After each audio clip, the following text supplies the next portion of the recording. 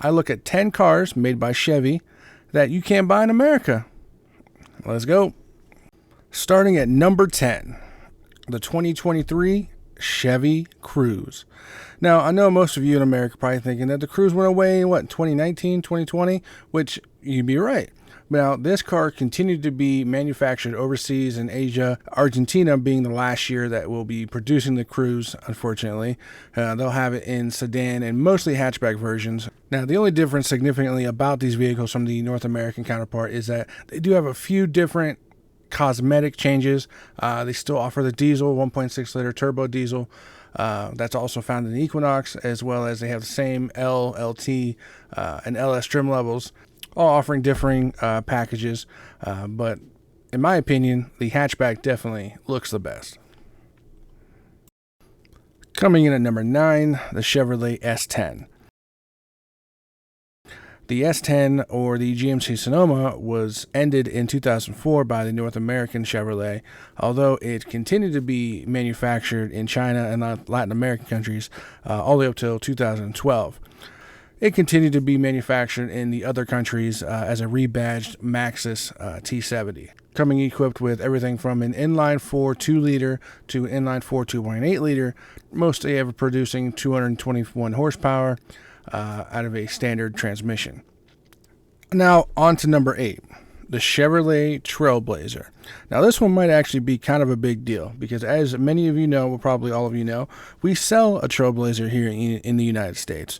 Although, overseas, the Trailblazer is actually made by Holden, and it looks completely different. The reason this might be a big deal is because there is rumors that this is the next-gen North American Trailblazer. We may actually get this in North America. Now, that's only rumors, that's speculation. They are trying to get this done, but there's nothing confirmed as of yet. It's actually been called the Holden Colorado 7/Trailblazer since 2012. I personally think it looks pretty cool and looks more in line with what the original Trailblazer was. And it comes with 2 trim levels, LT and LTZ. Now, as far as power output, you get either 178, 197, or 279 horsepower. Overseas, they still offer these in a manual. I doubt we'll see that in North America. But, I kind of hope we get this. The new Trax is a little bit bigger than a Trailblazer now. And this one I don't know if it would compete with the Blazer or where they would put that in the lineup. But I kind of dig this look. Tell me what you think in the comments. Coming in at number 7, the Chevy Tracker. Now, to most of us, the Tracker was discontinued a long time ago. Well, it turns out that General Motors had brought the nameplate back in 2019 for the developing Chinese and South American markets.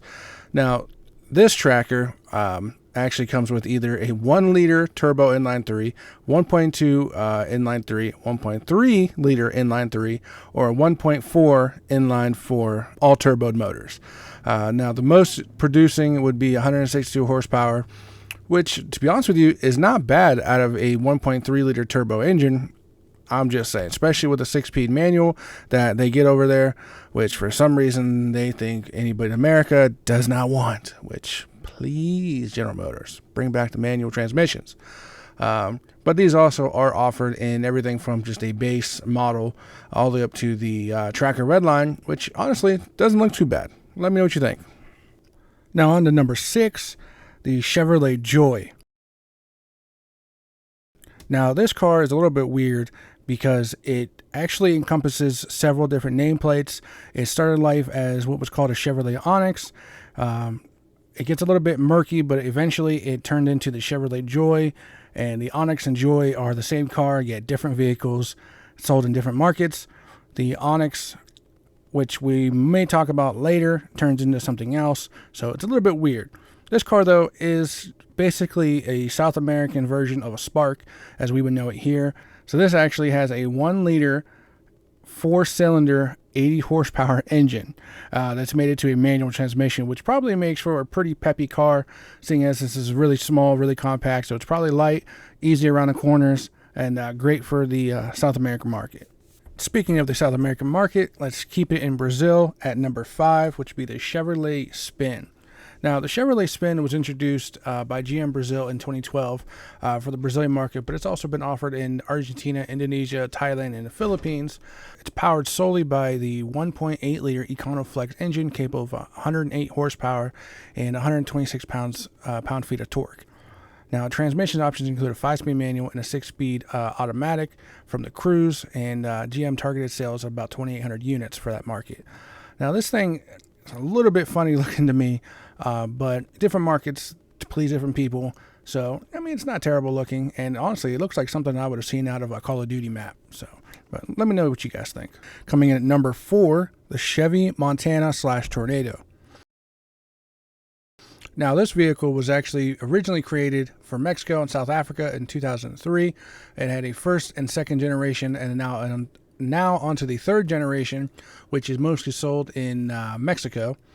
And Brazil, the third generation being introduced December 1st, 2022. In Brazil, it sits on the same platform as the Tracker and is powered by a 1.2-liter, 3-cylinder turbocharged gas engine, producing 131 horsepower and 155 foot-pounds of torque. It's also being mated to a 6-speed manual or a 6-speed automatic. Now, the truck actually doesn't look too bad to me. It's something that I think I would drive around. It's something different, and it looks similar to the new Colorado, but it's just different enough for me to actually want it. Now, I don't know, maybe it's just me, but it seems like all the other countries get the different, kind of cooler ideas. Maybe it's just me. Let me know what you guys think. Moving on to number 3, the Chevrolet Groove.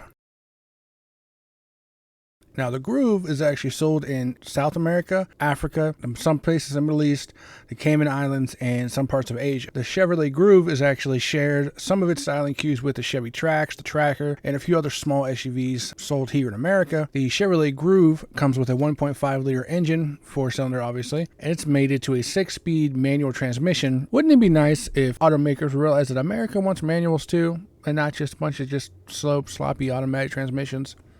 That'd be great, wouldn't it? Switching lanes over to our Asian market, we have at number 2, the Chevrolet Tavera.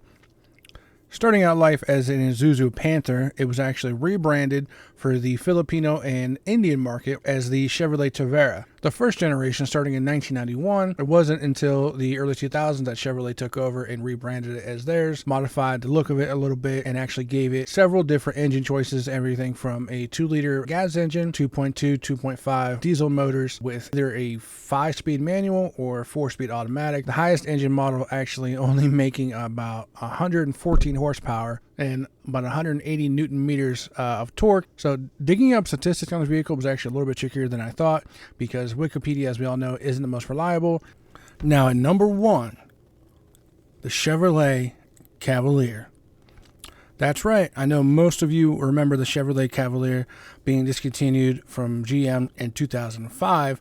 What a lot of people don't know is the nameplate was actually picked up by GM China in 2016 and has been produced there, has gone through a 4th and now a 5th generation. The 5th generation actually reaching outside of China into Mexico and Japan, having pretty decent sales there. Now, in some markets, you might see it being called the Chevrolet Onyx. In other markets, it's a rebadged Chevrolet Monza. Now, in most markets, it only comes with a 1.5-liter S-Tech 3 inline 4.